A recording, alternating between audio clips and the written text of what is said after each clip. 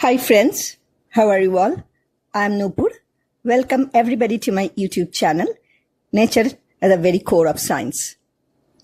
Today, I was just going through some of my collection and one name stood out so tall, so vibrant, and that name is Althea Gibson. I'm sure some of you have heard her name. She was one of the first black athletes to cross the color line of international tennis. So let's go and see how she was, how was her life, and what is her contribution towards the tennis. Please be with me, share and comment if you like my presentation. Thank you. Let's begin. When Althea Gibson won Wimbledon championship on July 6, 1957 and became the first black athlete to capture tennis's most illustrious title, she was roundly honored and celebrated. Queen Elizabeth II presented her with the winner's trophy. At the Wimbledon ball that night, Gibson danced with men's champion Lou Hood and the Duke of Devonshire and sang with the band. It had been. She later wrote in her 1958 memoir, "I always wanted to be somebody. A wonderful evening and a wonderful day."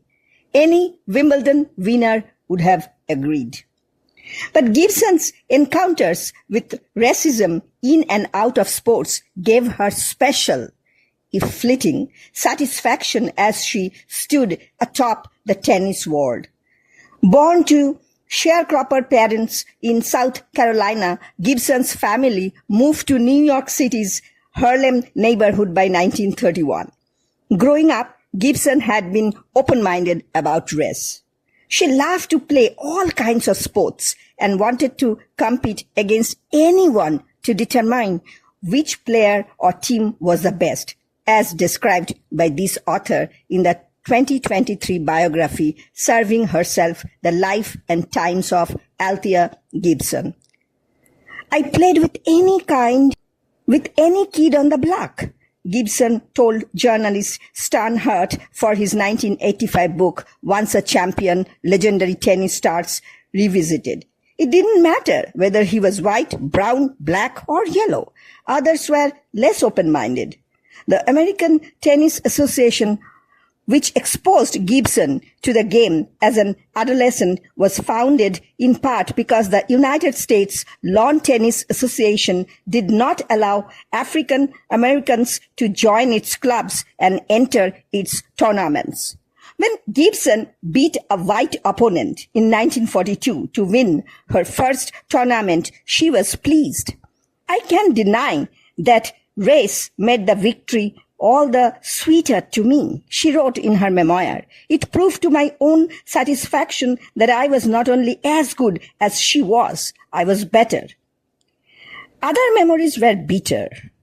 Gibson played basketball for Harlem's Mysterious Girls in the middle 1940s, competing against teams that represented business and other organizations. The Mysterious Girls, all black, were regarded as the best in women's basketball in the New York metropolitan area, yet some white teams refused to play them.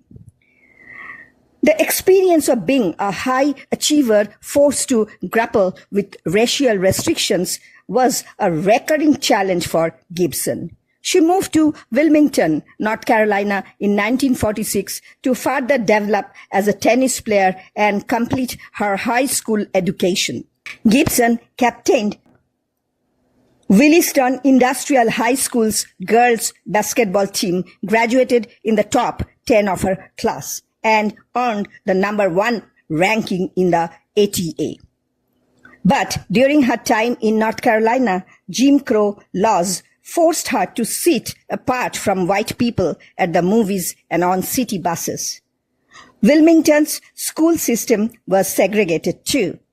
Williston was the school for black students. The only tennis court where African Americans could play belonged to her mentor, Dr. Hubert A. Eaton Sr.